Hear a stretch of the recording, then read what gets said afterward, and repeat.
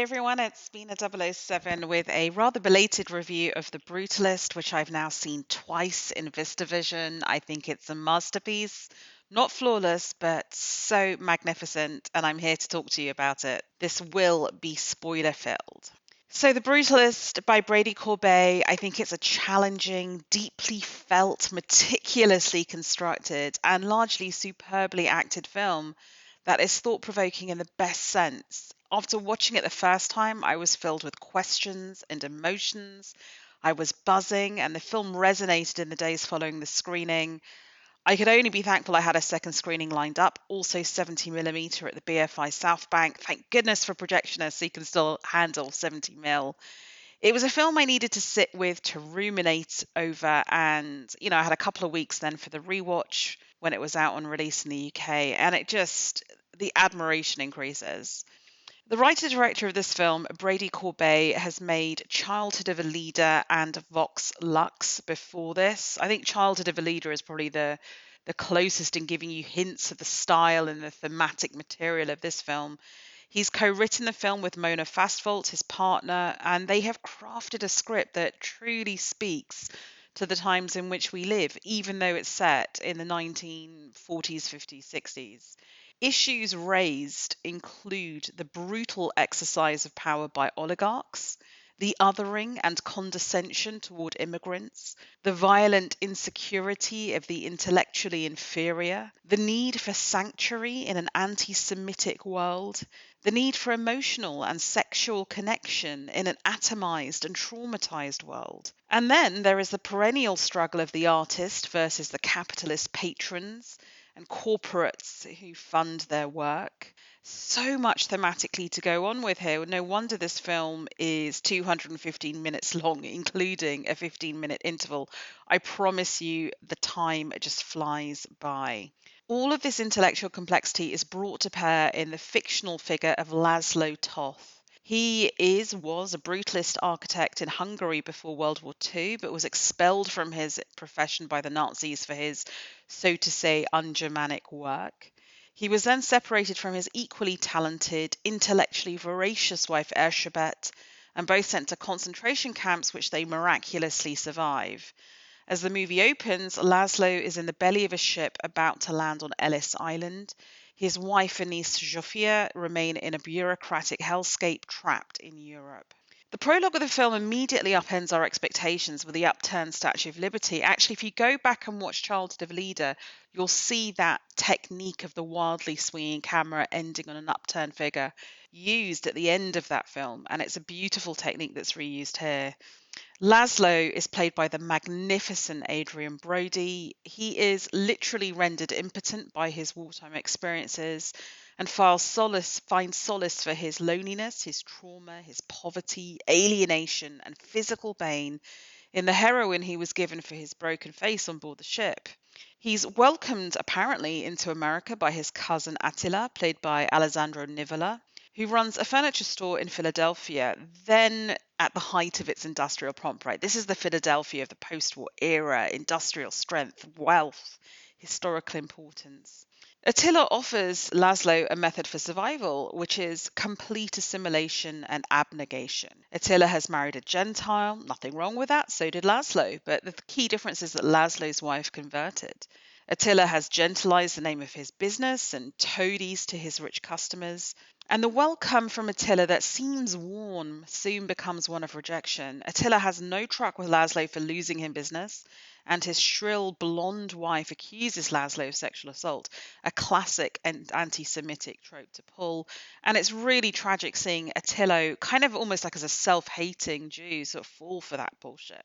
We then move into the meat of the first part of the film, the first half pre the interval, which is the relationship between Laszlo and his patron, Harrison Lee Van Buren Sr. What a name and what an accent. Magnificently rendered by Guy Pearce as a sort of Citizen Kane-like figure.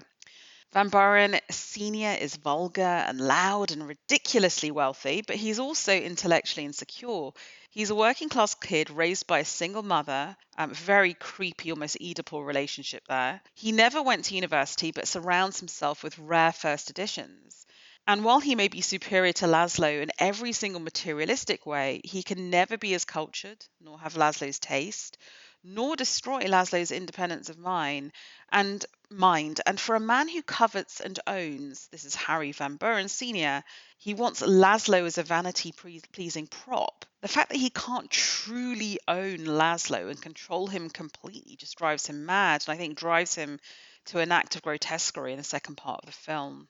I really love the purity of this first half of the film because it really is the battle between these two men, their egos, their minds. And it's also the beautiful breaking of ground and coming to reality of Laszlo's gigantic community centre and chapel that Harrison has commissioned to sort of overlook the small town in Pennsylvania where he lives. As we move into the second half of the film, we get the narrative framing device of Leto's from Laszlo's wife become real and become embodied as both Erzsébet and Zsófia arrive in Pennsylvania after many years of separation. Here we see further physical and mental damage caused by the Holocaust. Erzsébet, played by the British actress Felicity Jones, is in a wheelchair because of years of starvation which have damaged her bones. And Zsófia, played by Raffey Cassidy, is so traumatized that she cannot speak. The arrival of Erzsébet is further proof to Harry of his intellectual inferiority. She's an incredibly smart, perceptive, strong woman who studied at Oxford University and returned to Hungary as a journalist. And I think it's no coincidence that Harry tries to find her work as a journo, not in Philadelphia, but in New York. It's almost like she's a threat to his jealously obsessive relationship with Laszlo, and he kind of pushes her away. As we get further into the second part of the film, there's the inevitable argument over money, and this big architectural project, is paused. Harry inevitably begs Laszlo to come back, and the project then recommences. We then move to a sequence in Carrara, Italy, for a bravura set-piece segment that seems infused with mystery, a dreamlike unreality, and emotional tension. I think this is kind of the set piece that convinced me that this work is a piece of genius. It really will stand the test of time. Laszlo is reunited with a marble cutter who might look like a dreamy artist, but he, unlike the other two, actually fought the fascists, exhibiting more manhood and courage and moral acuity than someone like Harry can ever conceive of. And we are now, for the first time in the film, completely in Laszlo's world. And Harry has, metaphorically, the wrong shoes for the journey. He's outclassed. This isn't his world. He doesn't know the people. Laszlo is now in control. And is it any surprise that it is here that Harrison sexually violates Laszlo in an attempt to kind of reassert the power dynamic in a scene foreshadowed by his nephew, played by Joe Alwyn, violating Zsófia? And how fitting it is that real loving sex will resolve this narrative. As I said before, Laszlo has been impotent for much of the film, despite the inducements of sex workers and porn and then the entreaties of his wife.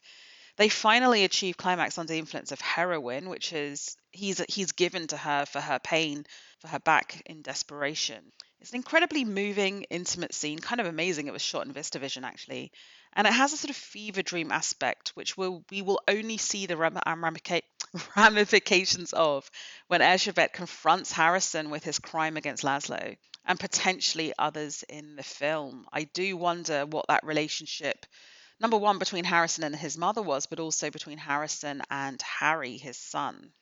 For a man so wrapped up in his self perception and vanity as Harrison, he cannot recover from this brutal confrontation, especially from this woman who can barely walk. And this is the end of the American dream for Erzsébet too. She too will follow Zsófia and make Aliyah to Israel. We then move into the epilogue of the film, where we learn that Laszlo is being feted at the Venice Biennale in 1980. His commission was indeed finished, and now its meaning is fully explained. And we realise through the now grown up and mature Zsófia, who truly has found her voice. Remember, the film starts on her. It starts on her being mute, and it ends on her not just finding her voice, but now explaining the meaning and the work of Laszlo. And one wonders if that truly is the meaning Laszlo intended, or whether she has now almost co-opted him. I choose to believe that I think it is truly the faithful meaning, but I think it can be contested. We realise now that Laszlo wasn't just being stubborn about the building's proportions, as any artist might have ego over his creation. He was stubborn because he designed that community centre while still separated from his beloved wife. And the entire architecture represents their separation and internment in two different concentration camps. And so we discover the true meaning also of the cross created by an absence of the two parts of the building coming together, and the gap between two concrete cutout pillars that cannot meet. But we also learn that the buildings were deliberately united by the subterranean level of the complex, which is that the love is not separated by the forced, brutal separation. And it is, I think, very significant that that's where we last see or suspect to have seen Harrison. There's so much to love in this film. The audacity of its length, its thematic scope, its incredible performance. On the last topic of performances, all I would say is that the only slightly false note for me was Felicity Jones' somewhat inconsistent Hungarian accent as Erzsébet. And it's interesting to me that there's been this apparently whipped up controversy. I think this is part of the dirty tricks of award season, accusing the film of somehow cheating because it used AI to somehow refine the Hungarian accents. I would note that Adrien Brody, A, is a phenomenal actor, B, has Hungarian roots, grew up around the Hungarian language. I think this should not diminish the power and award worthiness of his performance. But it's interesting because I think actually the accent isn't that perfect with Erzsébet. And I even wondered if they inserted the line about her studying in Oxford to explain the occasional sort of middle class English lilt breaking through from the actress Felicity Jones. It's still a great performance.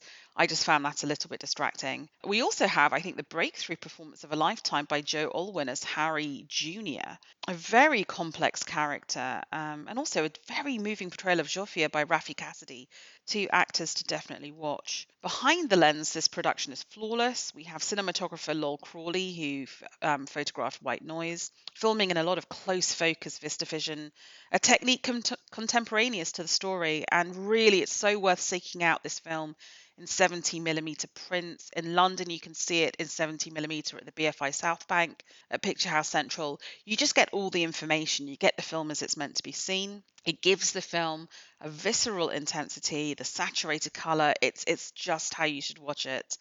I also cannot speak highly enough of Daniel Blumberg's stunning score that goes from orchestral, classical to jazz to electronica in the 1980s sequence. Stunning, such an achievement. I can't believe this was filmed on $10 million. I can't believe this was filmed in 30 something days. It just feels that what Brady Corbet has done in this film is astounding. I feel it's of equal importance to what Paul Thomas Anderson did with There Will Be Blood. It's a movie doing something that you've not seen before, that moves you, provokes you, envelops you in a unique vision, orally, visually. It's so far above the run-of-the-mill film that it feels like it's from another universe as everything else that I watched last year and everything else that's been considered in award season.